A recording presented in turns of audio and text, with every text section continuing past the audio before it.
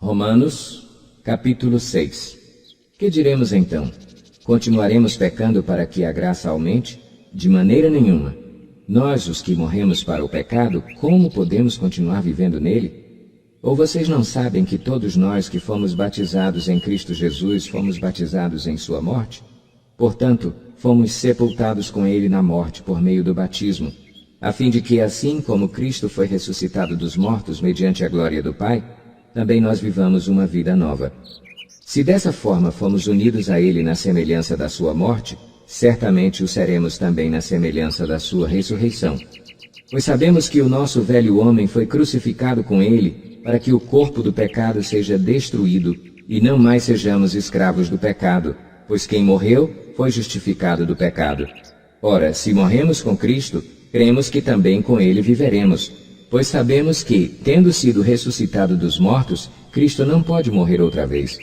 A morte não tem mais domínio sobre ele, porque, morrendo, ele morreu para o pecado uma vez por todas, mas vivendo, vive para Deus.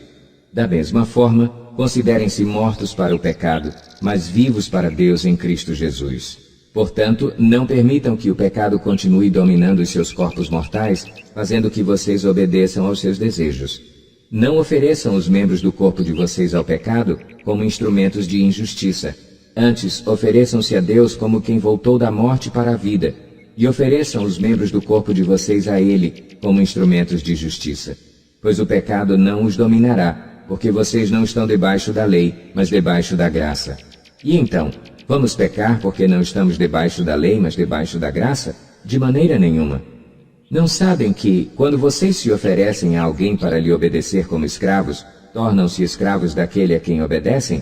Escravos do pecado que leva à morte ou da obediência que leva à justiça? Mas, graças a Deus, porque embora vocês tenham sido escravos do pecado, passaram a obedecer de coração à forma de ensino que lhes foi transmitida.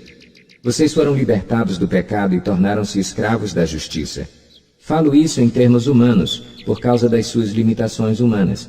Assim como vocês ofereceram os membros do seu corpo em escravidão à impureza e à maldade que leva à maldade, ofereçam-nos agora em escravidão à justiça que leva à santidade.